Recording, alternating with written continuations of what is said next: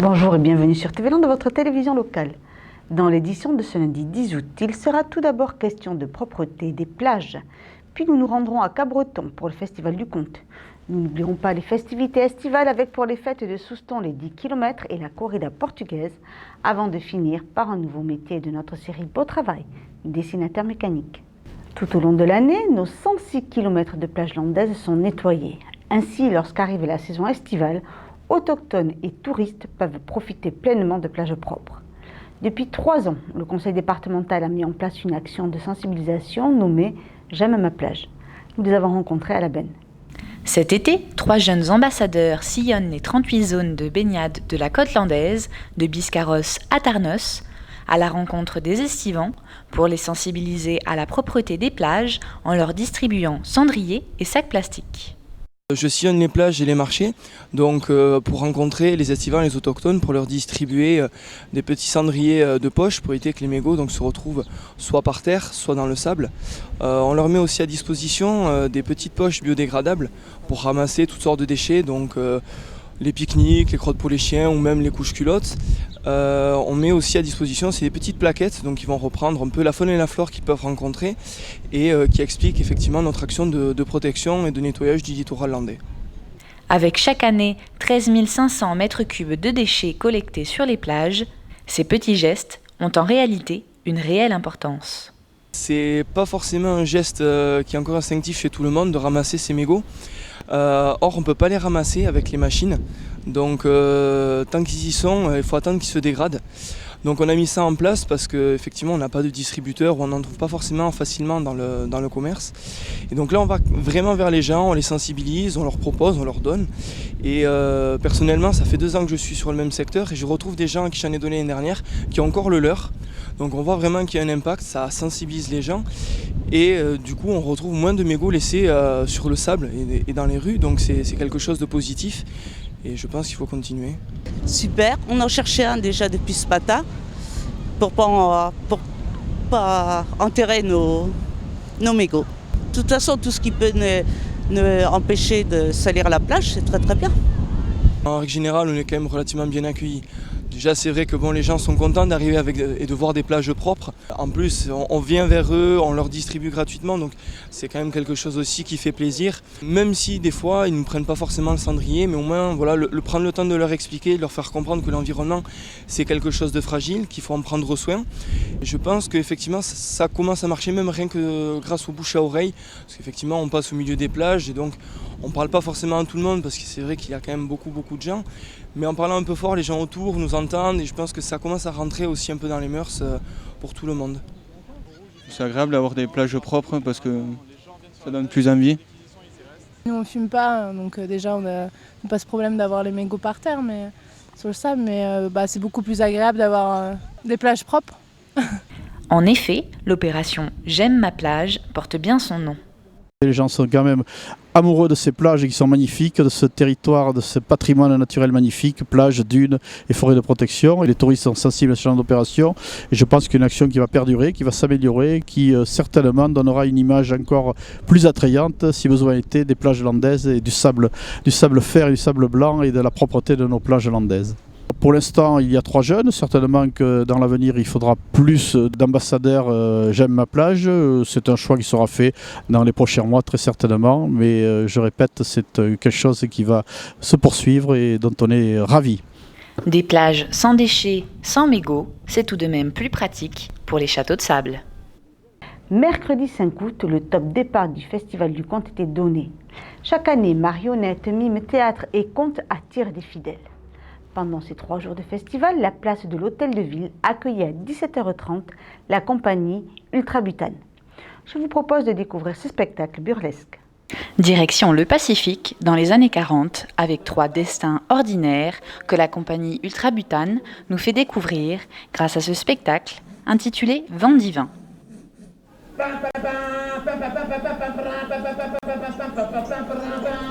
Vent divin, à la base, c'est un numéro de cabaret sur un japonais qui part à Pearl Harbor. Et quand on cherchait le titre, on s'est dit c'est un kamikaze, mais kamikaze c'était un peu trop connoté. Voilà. surtout à l'époque où il commençait à y avoir des premiers attentats pas terribles. Donc on a cherché la traduction en fait, et la traduction de kamikaze, c'est vent divin. En fait, ce numéro, il existait depuis quelques années avant, et il y a une personne qui m'a dit tu devrais faire un spectacle complet avec ça. Donc j'ai dit ok. J'ai appelé un très bon copain à moi, Alexandre Pavlata, avec qui je faisais des cabarets justement sur Paris. Et on a travaillé ensemble sur des improvisations avec différents protagonistes de la Seconde Guerre mondiale. Au début, il y avait des Russes, des Italiens, des Anglais, tout ça, mais on a écrémé, sinon on arrivait à 3 heures de spectacle. Donc, Et c'est à coups de pento et d'applaudissements que les personnages se cèdent la place. J'utilise une crème pour changer de coiffure, et à chaque fois que je change de coiffure, je leur demande de répéter le nom. Comme ça, c'est un peu comme c'est écrit comme un film. L'idée, c'était de faire une coupure pub régulière, comme on en a plein à la télé.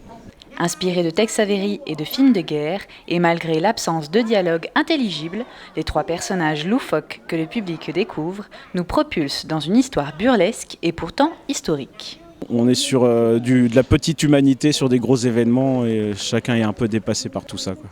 Alors Mishimoto Yanagisawa, c'est un jeune, ça se passe... Là-dessus, il y a un petit anachronisme par rapport au fait réel, mais c'est un jeune pilote très très jeune, qui est vraiment adolescent, en fait, comme il y en avait à la fin de la Seconde Guerre mondiale dans le Pacifique, qui savait pas piloter, et enfin voilà, on le mettait dans l'avion et tu t'en vas et tu reviens pas, et c'était de l'honneur, quoi. Tout ça, c'était de l'honneur, mais bon, ils n'avaient pas le choix en fait. Donc c'est ce type de personnage, donc il sait pas du tout comment fonctionne l'avion, donc il est emmerdé tout le temps à essayer de le démarrer, à essayer de le piloter, à essayer de tirer, même ouvrir le cockpit, il n'y arrive pas déjà, donc c'est mal parti, quoi.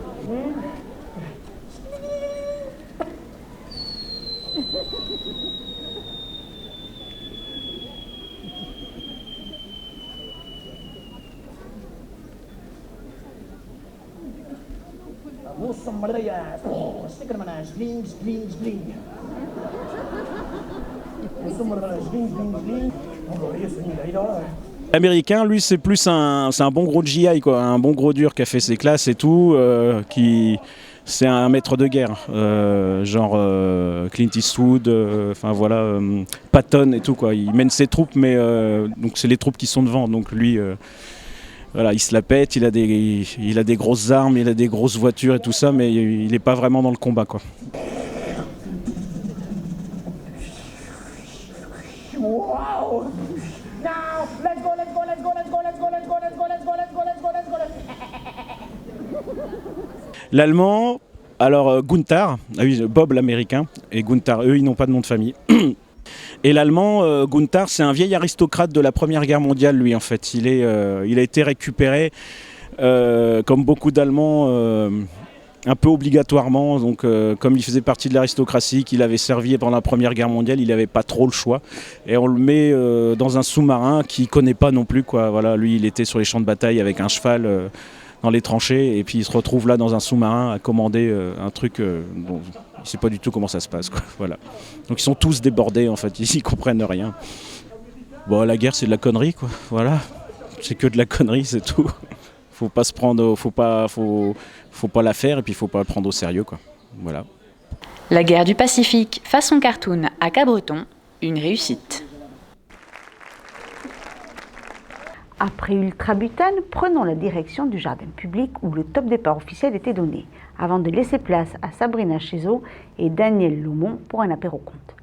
Faisons un point sur cette 26e édition avec Patrick Lacléder, maire de Cabreton.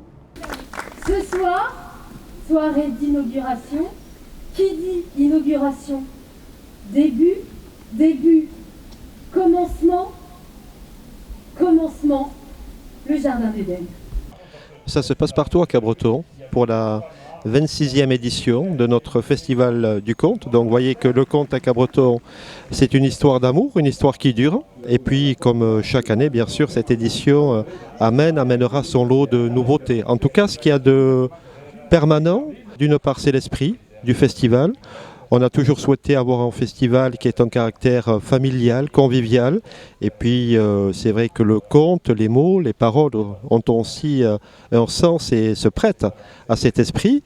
Et puis, d'autre part, le festival a investi beaucoup de lieux à Cabreton, à commencer ce soir par le nouveau jardin public du centre-ville de Cabreton, qui est, comme vous pouvez constater, aussi un endroit plein de sens pour le conte, et puis d'autres lieux comme la salle du Phare, comme les salles municipales, comme la salle du Rio, enfin tous les endroits que Cabreton utilise, et puis bien sûr, pour ne pas l'oublier, le point d'ancrage de notre festival, cette année comme les années précédentes, mais plus cette année encore, qui est la MOP, la Maison de l'Oralité et du Patrimoine. C'est quelque chose d'important pour nous aussi parce que ce pôle a vocation, et c'est en train d'être le cas, de devenir un pôle départemental et régional de l'oralité. Et au travers des différentes résidences d'artistes qui sont créées avec la Maison de l'Oralité à Cabreton, et bien véritablement on est en train de constituer un véritable pôle régional de l'oralité. C'était notre ambition. Et puis, il faut aussi remercier les partenaires qui nous suivent depuis 26 ans maintenant et sans lesquels rien ne serait possible, somme toute. C'est aussi grâce à des gens qu'on nomme moins, mais qui sont ô combien indispensables. Je veux citer tout d'abord l'équipe technique du festival qui fait un travail de base et très très important pour la très bonne organisation de notre festival depuis toujours, si je puis dire. Et puis bien sûr de remercier les services de la ville de Cabreton, bien sûr le service culture et les services techniques de la ville. Quoi de mieux pour se mettre en jambes pour les fêtes qu'une bonne course à pied? La traditionnelle course des 10 km de Souston s'est tenue mercredi en fin d'après-midi. Elle fêtait cette année ses 10 ans et a rassemblé plus de 2000 participants. Regardez. À quelques minutes du départ des 10 km de Souston, les coureurs font les derniers réglages.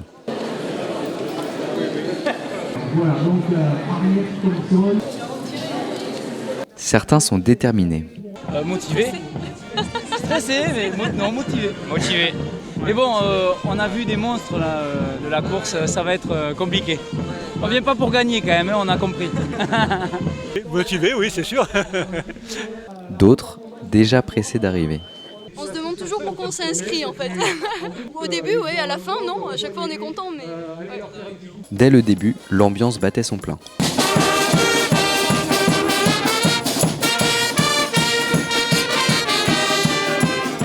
Le départ commence avec les handisports, puis vient le tour des valides.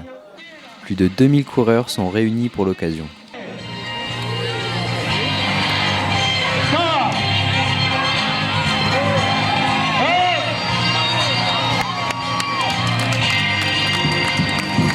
Allez, Kylian, du public qui est venu. Il y a... 3, 2, c'est parti!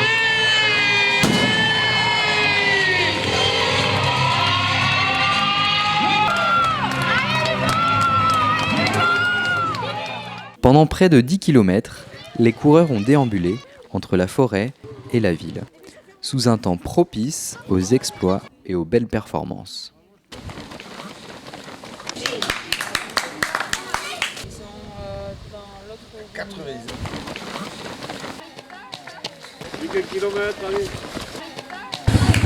Le parcours, l'arrivée dans la grande rue, l'entrée dans les arènes, ce formidable public qui fait des holas, je crois que c'est quelque chose qu'il faut garder et que, comme disent les coureurs, c'est ici et nulle part ailleurs. La dernière ligne droite se profile enfin. Dans quelques mètres, c'est l'arrivée et l'entrée dans les arènes.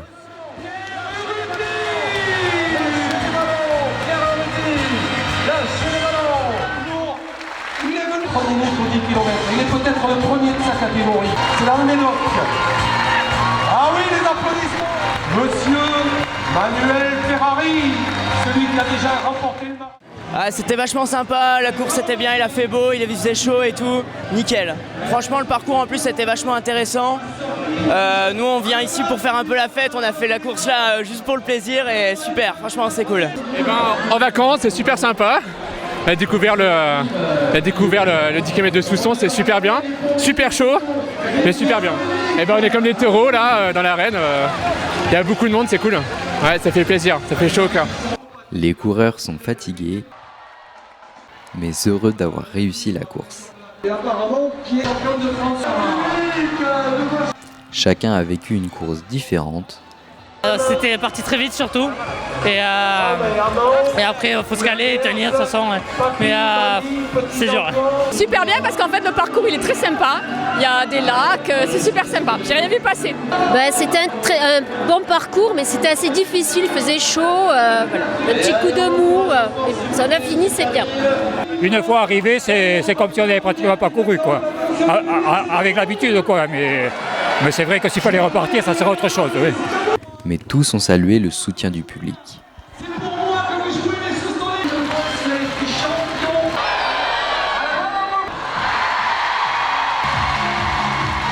Ouais, il y a trop d'ambiance ici.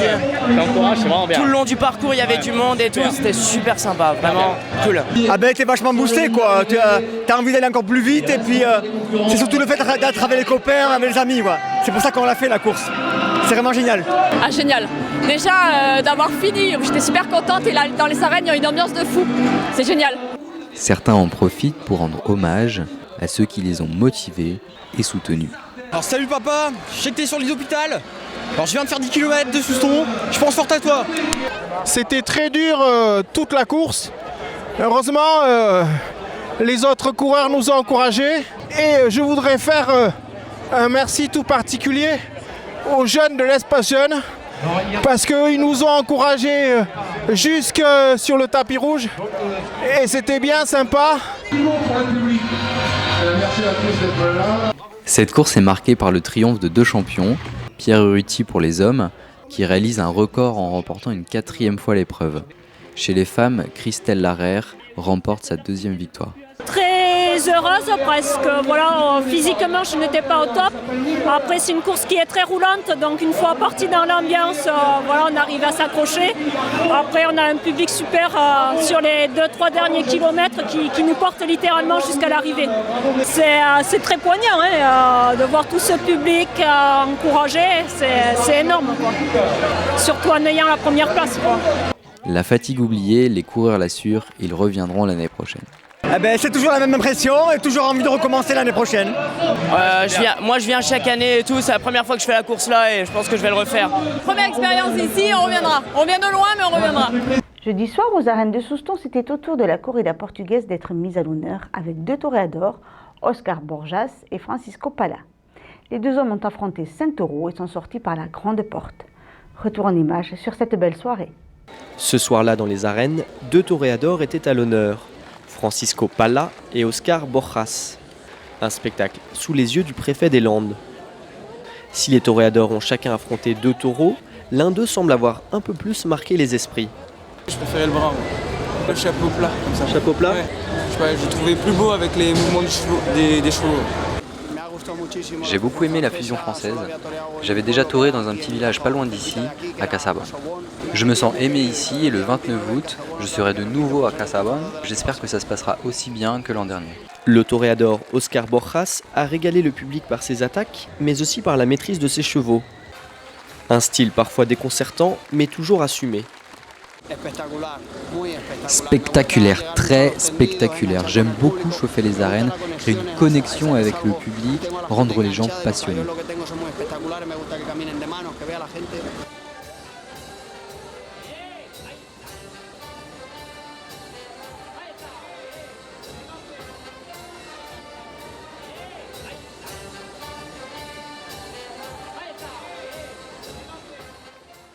Le toréador Francisco Pala n'était pas non plus en reste. Le Portugais a fait preuve d'une certaine technique pour venir à bout de ses 2 taureaux.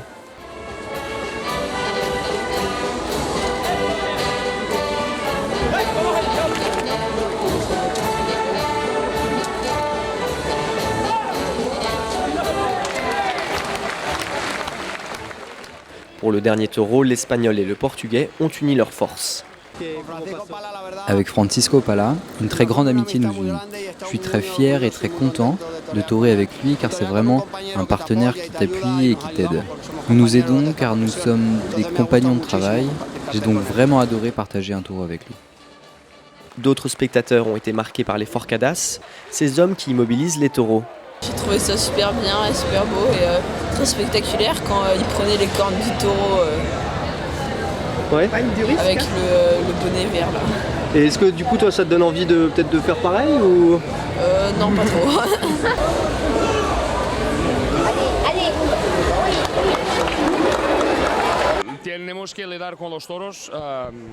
Nous devons lutter contre le taureau à main nue.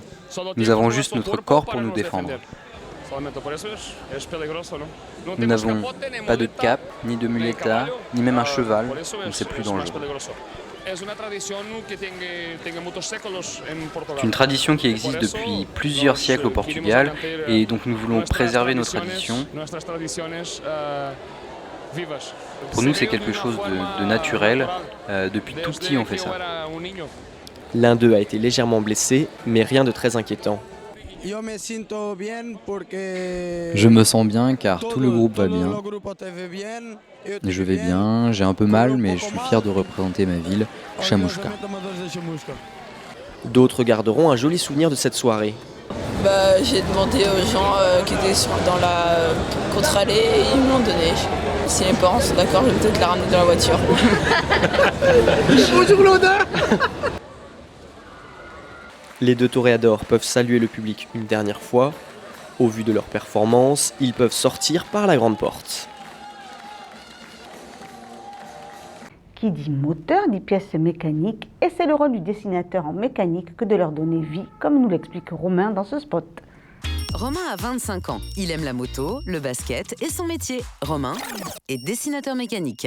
À partir d'un cahier des charges, je réalise des pièces en 3D, pour des moteurs par exemple. Ces pièces, j'en choisis les matériaux, je crée des assemblages en 3D et je réalise des plans de détail pour la fabrication. Romain maîtrise donc la conception assistée par ordinateur et les méthodes de calcul pour la modélisation de ses idées. Quand je dis que je suis dessinateur, les gens sont toujours dubitatifs. T'es dessinateur. Waouh. C'est sûr, dessinateur en mécanique, on peut trouver ça moins drôle, mais pas du tout en fait. J'ai la chance de pouvoir être créatif tout en étant rigoureux. Et c'est un métier très enrichissant. Romain a tout de suite travaillé après son DUT en alternance. 8250 dessinateurs en mécanique et travaux des métaux sont recherchés par an pour 2300 € en moyenne. Et des offres sont disponibles sur beautravail.org. Et t'es un artiste, oui ou non? C'était Beau Travail avec le MEDEF. Voilà, cette édition est maintenant terminée. Je vous donne rendez-vous mercredi pour un prochain journal de TV Land, votre télévision locale. Je vous souhaite en attendant de passer une excellente journée.